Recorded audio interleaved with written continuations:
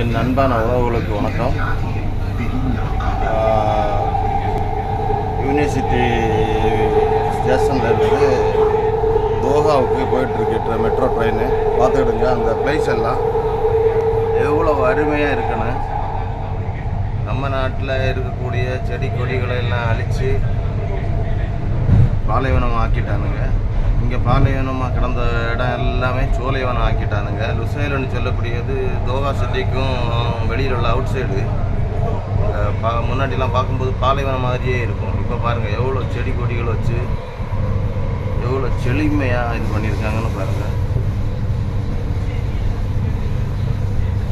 எவ்வளோ அருமையாக இருக்குது பாருங்கள்.